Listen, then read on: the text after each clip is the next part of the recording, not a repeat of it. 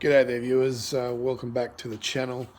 My name's Eric and here today is my 2001 Mercedes-Benz W220.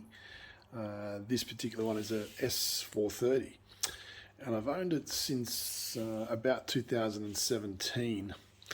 Of the cars that I have, this is probably one of my favourites. I know it's a pretty hard question to answer, in terms of, which is a favourite. But I particularly love this car because when I bought it, it only had 65,000 kilometres on it, and it lived a very, just a very easy, almost cherished life, really. It's a Sydney car through and through. I'm the third owner. I suppose one of the reasons for doing the video is not just to show you the car, but to give I suppose, positive glow to the W220. I do obviously understand that this particular S-Class series cops, a lot of flack online, and some, look, I'll be the first to concede that I think some of it is due, and particularly given how now that now that I've got a W140, I can compare the two, and I will do a video comparison on the two cars, so stay tuned for that. But what I might do tonight is just give you a walk around. It's obviously a bit limited for space, but as I said before, there's a bit of rain coming soon, so I'll just do a quick video, keep it short, and I just wanted to point out, I suppose, some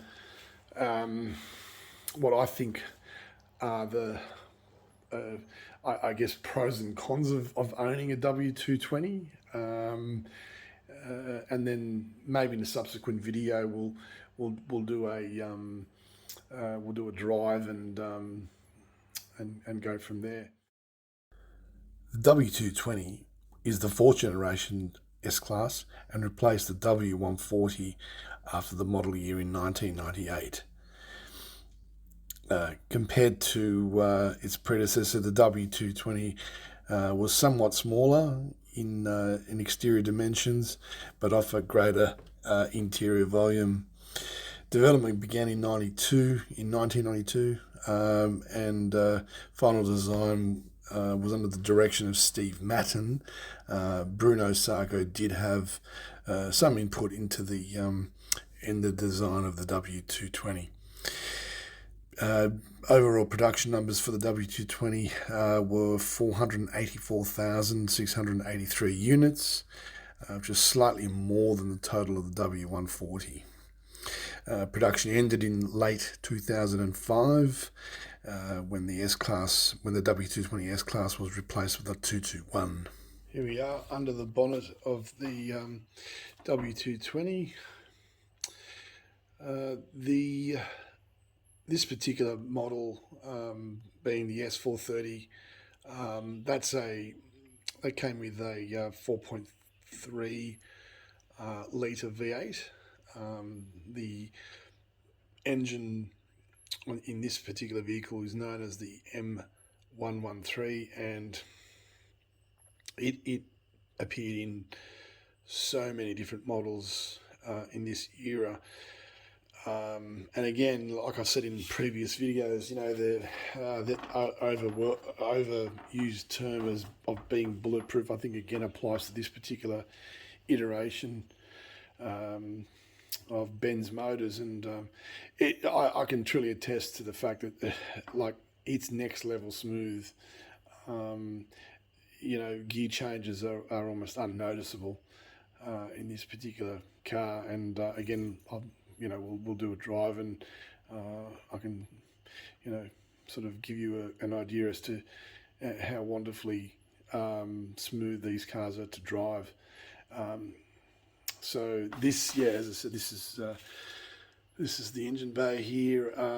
So a couple of things to point out. So you've got the W220, as you may know, has your airmatic suspension system. So this rides on air suspension. So that's the top of the right-hand strut, and then you've got your left-hand strut there. So I guess it'd be wise of me to point out a couple of cons here at the moment of buying a W220, and these are known to these tops, which are just essentially, it's almost like epoxy crack. If you get a crack in that, that will cause all sorts of problems with ride height. You'll get, crazy warnings on your dashboard to take the car to a workshop, etc. And of course that is true. But again, it'd be remiss of me to not again point out that whilst that is probably the Achilles heel of these cars, it's actually the very reason why you'd want to buy one of these cars. The ride quality is next level. You've probably heard that these are like a magic carpet ride. This hasn't got the ABC, which is I think available in the higher models like S500, S600, which I suppose again took the whole situation of handling and ironing out road bumps and things like that to a next level. This has the basic airmatic system, and I still think it's perfect. This vehicle's only done 93,000 kilometres, and I haven't had an issue with it yet. So look, obviously in time that will come up, but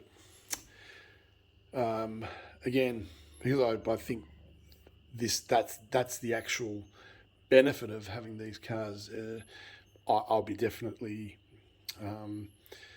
ensuring that the system is put back to the way it was. Online you'll hear people that own these cars talk about coilovers and all that sort of ridiculous nonsense, but to each his own, I suppose. But I would strongly recommend not doing that to a car like this. And just up here, another, I guess, issue was this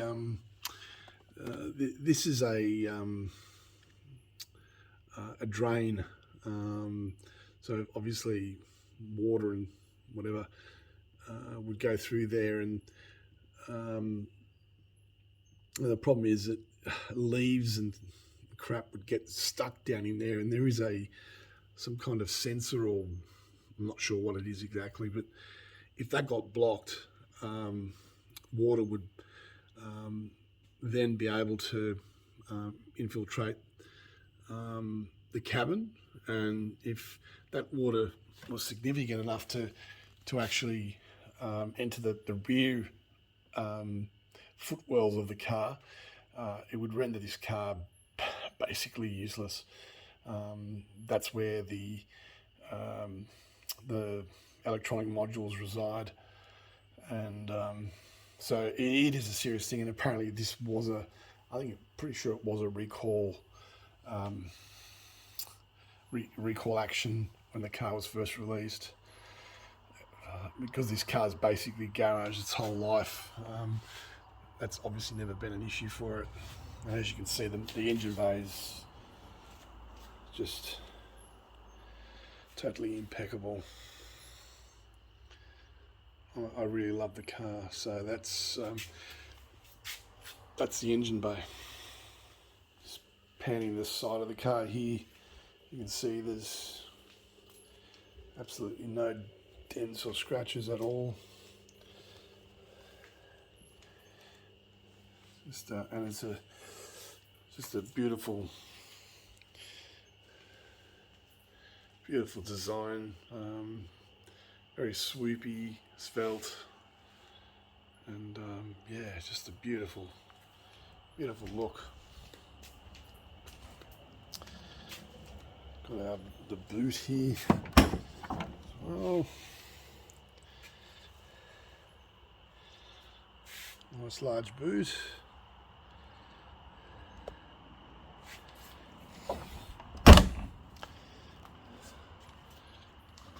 won't show anything there. Let's hop inside. So here we are, the interior of the W220.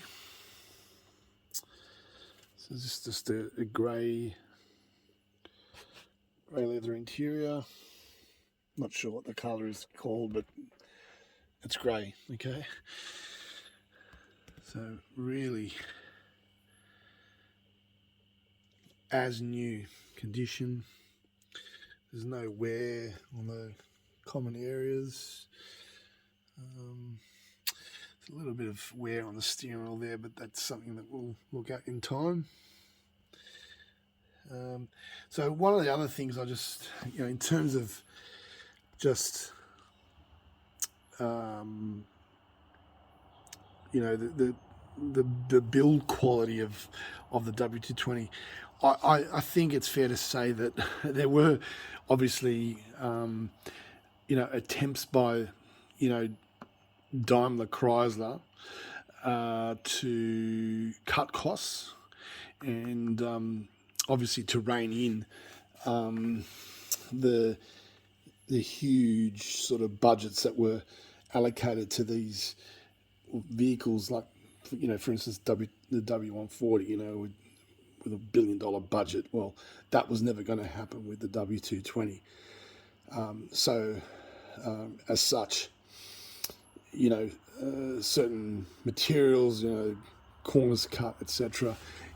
This area here, for instance, is notorious for, so you see the crack there. Like, what a terrible design, really, when you think about it. Given that, all your weight's sort of going on this cheap plastic here, which you would never find that on a previous S-Class, but unfortunately made its way into here. And it's stuff like that which, like I say, I'm willing to cop the criticism about this particular car, But that said, again, we're not talking about everything. There's a lot of things about this car that are really beautiful, designed beautiful. I mean, you just look at that dashboard and the burr wood, just the way that it curves, and it's almost like artistry. And the other thing that I really love about the W20 is, I don't know if you can see it in the camera, but you can see those the bonnet creases in this car are just absolutely beautiful. As I said, I really love this car. It's probably one of my favourites. I know it's like asking someone who their favourite child is, but this is really a beautiful car, guys. And they're going for so cheap. Like, you can buy one of these in probably in as good condition, or maybe slightly less good condition, for under $15,000. Now, think about what you can get for that sort of car, compared to this, and it's pretty amazing. So, look, that's about it for today. Like I said, just a quick one, just to show the car off a bit, and I will do another video in the coming days, a bit more extensive, and take it for a test drive as well. So again, thanks for watching, and see you with the next one.